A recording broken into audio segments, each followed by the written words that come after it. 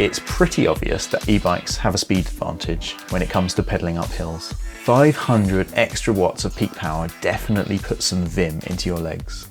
But what about when it comes to descending? Do the tables turn? Are regular bikes quicker because they're easier to accelerate and more agile in the turns? Or does the extra weight of an e-bike help it hold on to momentum and roll over rough stuff better?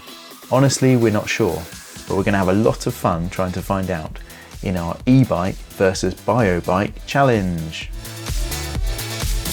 To help us, we've got two Spectrals from Canyon that cost nearly the same. In the red corner, we have the Spectral On Al 6.0. It weighs in at 23 kilos and costs £3,079.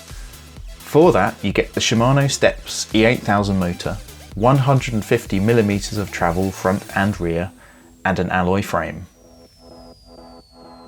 Then in the blue corner, we have our normal bike, a Spectral CF 7.0 for £2,800. On paper, it has the Spectral On Beat. The spec is far better, from its carbon frame to the top-end RockShox suspension, and it even has 10mm more travel on the front. Most importantly though, it's pure as nature intended. Without the e-bike motor, the Spectral is nearly 10 kilos lighter than its heavyweight opponent. The plan is simple. We've picked a test track we know like the backs of our hands in the hope we can get some consistency in our runs. It's a mix of tight and techy and fast and flowy, with a short climb about a third of the way into the run. And the greasy conditions are sure to keep us on our toes. It will be really interesting to see how that climb influences the results.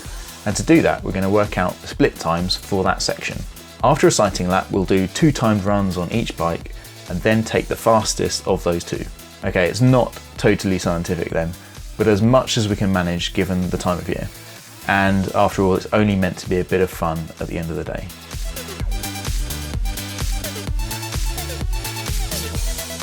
What do you think?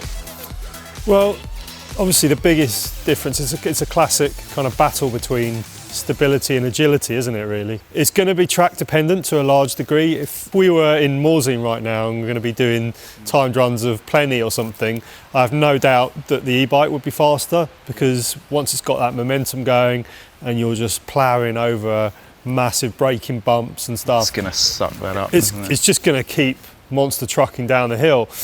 Whereas this would be more, it would skip over stuff, it will start getting slowed down by braking bumps, it's not going to work as well. In this particular instance, when we've got really slippery conditions, we've got very tight gaps between trees, we've got corners where you're constantly kind of changing from one direction to the other, and so you're having to pick up that weight and transfer it around. It's going to be a whole different kettle of fish. So you're saying Spectral? I'm saying I have no idea. Just trying to nail your colours to the mast. And I don't want to trip up and end up looking like an idiot at the end of this. Because it could be way out, couldn't it? It could be like 5 seconds. It could be really close. If it's really close, then we can't really say which is faster. If there is a massive difference and it's consistent between both of us over the multiple runs that we're doing, then we can draw some kind of conclusion. And also the other question is what's going to feel faster. I mean, I think on an e-bike, it's sometimes you don't realise how fast you're going because everything's kind of, your inputs are dulled down and they're kind of muted, whereas you have a lot more responsive feel on a regular analogue bike. So it can feel a lot faster because it's a lot more hectic on a regular bike, and the e-bike can feel calmer when actually it could be faster. So you think this one's going to feel fast and this one's going to be fast? Well, I think that does happen. Yeah. But we'll see. I've never put it to the clock, so I don't know. We'll find out in a minute. I guess we need to ride them. It's probably the only way to find out.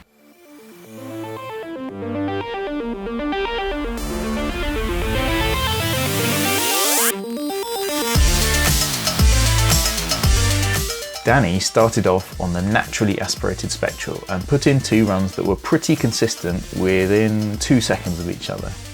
Then he switched to the e-bike, and after a couple of false starts riding straight off the side of the trail, he managed equally consistent times within 2.5 seconds of each other. They would have been a lot closer, but for a mud in the eye moment halfway along the second run. The e-bike proved fastest by nearly 3 seconds. On a 2-minute track, that's pretty significant for Danny. With a lifetime's racing, he's used to working on small margins. Jamie started off on the Spectral on and put in 2 spookily identical times. Then he switched to the regular bike, and again the times were pretty close, within 3 seconds of each other. And, like Danny's result, Jamie was 3 seconds faster on the e-bike than the regular Spectral.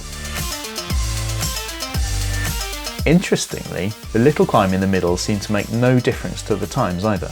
Both Danny and Jamie covered the distance in around 8 seconds on the e-bike and the regular bike.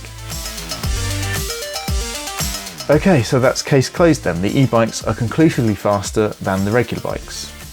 Except that's not the full story, because for most of us, it's the pure thrill of riding that's important, not how fast you do it. And there, both bikes come up trumps, as they were equally fun to ride, just in different ways. The way you can thread the regular bike through the trees and pick your line so easily is amazing, and it changes direction in the blink of an eye. While on the e-bike, you might lose a fraction of a second in the direction changes, but it carries so much speed. All those bumps don't chip away at your momentum or knock you offline, and it feels really stable and confidence inspiring. We reckon this was the deciding factor between the two bikes. The e-bike kept its momentum better, defeating the mud that held the Spectral back.